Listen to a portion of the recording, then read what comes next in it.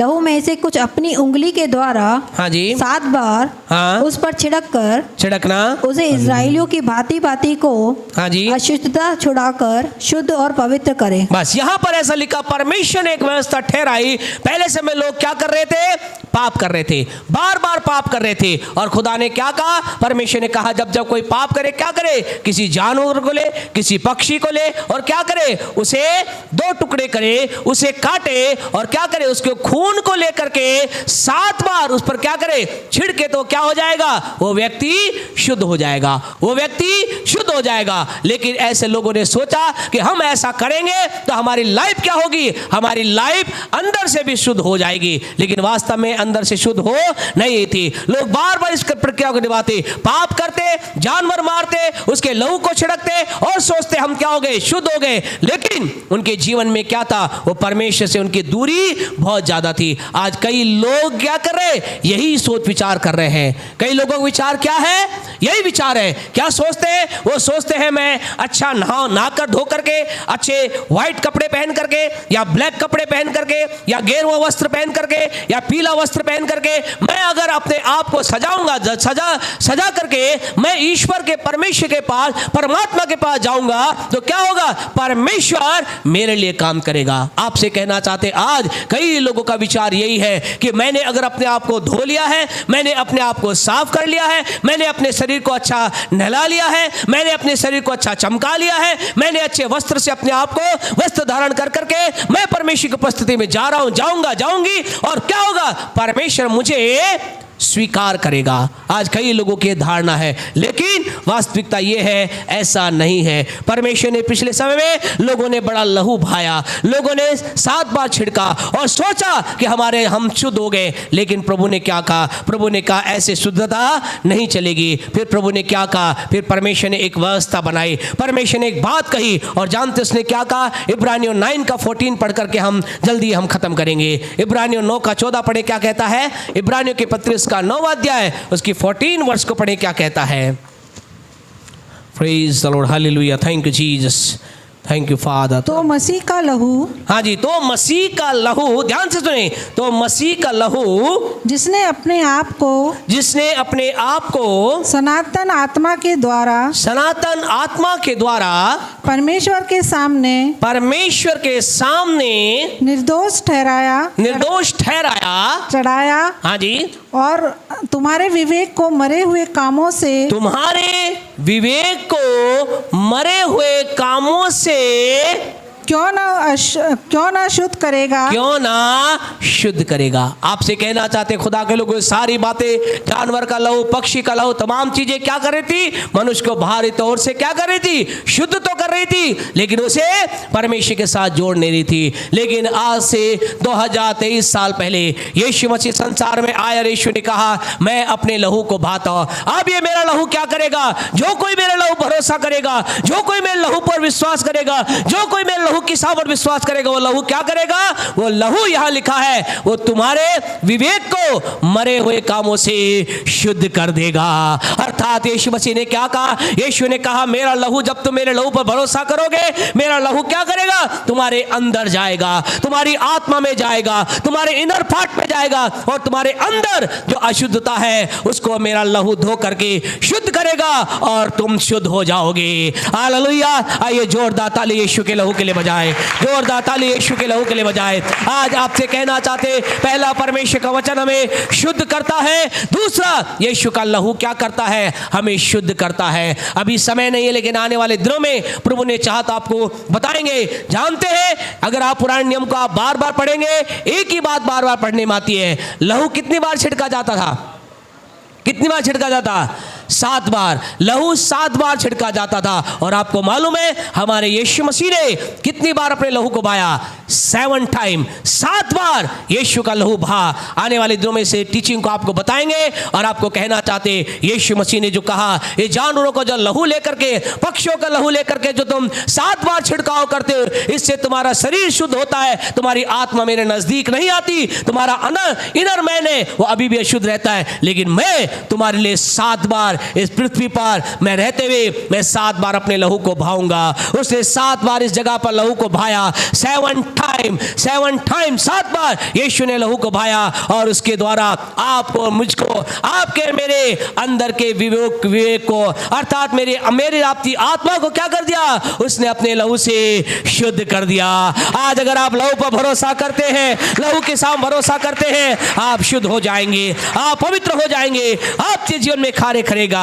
आपसे कहना चाहते हैं, पहला आप और मैं चाहते परमेश्वर पक्ष हमारी ओर हो तो क्या होना है? आपको मुझे शुद्ध होना है। जो ही आप शुद्ध होंगे, जानते फिर क्या होगा? जो ही आप शुद्ध हो जाएंगे, सेकंड काम यहां से भी परमेश्वर आपके पक्ष में खड़ा नहीं होगा। अगला कदम क्या बढ़ाया जाएगा? जानते फिर क्या होगा? जो ही आप शुद्ध हो जाएंगे, पढ़े यहेजकेल 36 का 26 पढ़ें, जल्दी जल्दी पढ़ें ताकि हम सही समय पर ख़त्म कर सकें। यहेजकेल 36 का 26 है। हमने शुद्धता को प्राप्त किया, हम शुद्ध हो गए, हम पवित्र हो गए। अब हमें क्या करना है? अब क्या करेगा प्रभु? हाँ जी, मैं तुमको नया मन दूंगा। मैं तुमको नया मन दूंगा। उसके बाद क्या होगा? हमें अपने मन को नया करने की आवश्यकता है। जब आप शुद्ध हो गए, कई लोग आज जीवन में शुद्ध तो हो गए, लेकिन मन अभी भी क्या है? पुराना ही है। कई लोगों, जैसे हमसे कई बार कहते हैं, लोग क्या कहते हैं? हम तो ऐसी हैं, हम सुधरने वाले नहीं है। कई लोगों को ऐसा होता था, बोले हमारे पापा भी ऐसे थे, हमारी मम्मी भी ऐसी थी, हम भी ऐसे हैं, हम सुधरने वाले नहीं हैं। आपसे कहें, खुदा के लोगों, हमें हमारे मन को बदलना है। अगर हमारा पहले का मन क्या था? बुराई के बदले बुराई। किसी ने हमें 1 थप्पड़ मारा, हम उसको 4 मारेंगे। क्यों? क्योंकि हमारे पापा ने कहा। पिछले समय में कहावत बहुत चलती थी, आजकल नहीं चलती, आजकल बंद हो गई है। पहले क्या कहते थे? जानते पहले के माँ बाप क्या कहते थे? बोले तू जाना, क्या करना? पिट के मत आना, आगे मैं देख लूंगा। सुना है आपने? हमें नहीं पता आप में कितनों ने सुना है, लेकिन ऐसा कई जगह पर बोला जाता था। उसके माँ बाप ऐसा बोलते थे, बेटा जा, पिट के मत आना, धुलाई करके आ जाना, आगे मैं देख लूंगा। और हमारे अंदर भी क्या है? वही विचार हमने अपने बच्चों को डाला। बोला पिट के मत आना, कितना भी तगड़ा हो, एक तो मार के आना, आगे मैं देख लूंगा। हम कहे ऐसा मन हमें अभी चेंज करना है। हमें क्या करना है? हमें अब हमारे मन को चेंज कर करके हमें कहना, अगर कोई हमें एक गाल पर थप्पड़ मारे, हमें दूसरा उसकी ओर फेर देना है। अगर किसी ने हमारे साथ बुराई की है, हमें उसके साथ भलाई करना है। किसी ने हमारे साथ बुरा किया है, हमें उसकी भलाई करनी है। किसी ने हमें परेशान किया है, हमें उसके लिए क्या करना है? प्रार्थना करना है। हमारे मन को चेंज करना है। आपसे कहे, हमारे शुद्ध होने मात्र से काम नहीं चलेगा। हमें शुद्ध होने के बाद we need to change our mind. हमारे मन को चेंज करना है। अब मुझे बदले के बदले बदला नहीं, नफरत के बदले नफरत नहीं, अब मुझे मेरे मन को चेंज करना है। और जो ही अपने मन को आप चेंज करेंगे, जानते क्या होगा? आपका मन चेंज हो जाएगा। आज कई लोगों के जीवन के अंतर्गत क्या ये नहीं हो पा रहा है? कारण उन्होंने अपने मन को नहीं बदला है। मन को कौन देखता है? परमेश्वर। पास्टर साहब तो मन को देख नहीं सकते, आपका पति पत्नी भी आपके मन को देख नहीं सकते। और कई बार कई लोगों के जीवन को देखकर ऐसा लगता है, ये है तो बहुत अच्छा, ये है तो बहुत बढ़िया, फिर इसकी लाइफ में ये सब क्यों हो रहा है? क्योंकि उसके मन में कुछ चल रहा है, अंदर कुछ अलग है। वो क्या है? वो अभी तो फिल्में हम देखते नहीं, पहले फिल्मों में देखा था, क्या होता था? फिल्मों में डबल रोल होता था। एक क्या है? एक कालिया है तो दूसरा कल्लू है ना, अलग अलग होता था, है ना, अलग अलग प्रकार के होते था। एक क्या है? एक शरीफ है तो दूसरा बड़ा मतलब बदमाश होता था। डबल रोल होते थे। एक को तो मार, एक तो सीता होती थी, एक है ना, बहनें बोलेंगे बोले हमारा भी बता दो, है ना, एक सीता होती थी, एक गीता होती थी, एक भोली होती थी, एक खतरनाक होती। ऐसा ही कई लोग आज क्या है?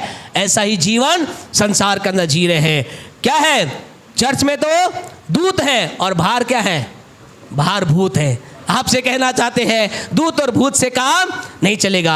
हमें दोनों जगह दूत बन के रहना है। हमें दोनों जगह एक सा लाइफ जीना है। जो हमारे अंदर है वो हमारे बाहर लेकर आना है। हमारे अंदर हमें अच्छाई में लेकर आना है, पवित्रता में लेकर आना है, ईमानदारी में लेकर आना है, सहभागिता में लेकर आना है। आपसे कहना चाहते हैं, हमारे मन को हमें चेंज करना है। जो ही आपका मन चेंज होगा, आपसे कहे परमेश्वर, जानते क्या कहेगा? पढ़े जल्दी से, फिर हम बंद करेंगे। 36 का 26 पढ़े। मैं तुम्हें नया मन दूंगा और तुम्हारे भीतर और तुम्हारे भीतर नई आत्मा उत्पन्न करूंगा। नई आत्मा उत्पन्न करूंगा। जो ही आपका मन चेंज होगा, क्या होगा? परमेश्वर आपके अंदर नई आत्मा उत्पन्न करेगा, यानी परमेश्वर आपकी आत्मा में खुद की आत्मा को डाल देगा।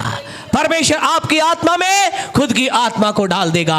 हमारे पास, मानव जाति के पास किसकी आत्मा है? हमारी आत्मा में किसका स्वभाव है? आदम का स्वभाव है। लेकिन जो ही हमारा मन चेंज होता है, हमारे अंदर यीशु की आत्मा आ जाती है और हमारा स्वभाव क्या हो जाता है? यीशु के समान हो जाता है। हम क्षमा करने वाले बन जाते हैं, हम प्यार करने वाले बन जाते हैं, हम दया करने वाले बन जाते हैं, हम प्रभु की बात को मानने वाले बन जाते हैं, हम परमेश्वर को महिमा देने वाले बन जाते हैं, हम पवित्र जीवन जीने वाले बन जाते हैं। जो ही हमारी आत्मा में परमेश्वर की आत्मा एंटर करती है, आपसे कहे जानते फिर क्या होता है? फिर ऐसा लिखा है, क्यों प्रभु कह रहा है मैं तुम्हें नया मन दूंगा, मैं तुम्हें नई आत्मा दूंगा? क्योंकि ये सारी बातें होने के बाद जब हमारे अंदर नया मन आ जाता है, नई आत्मा आ जाती है, हमारे अंदर से पत्थर का हृदय निकल जाता है। जानते इसके बाद क्या होता है?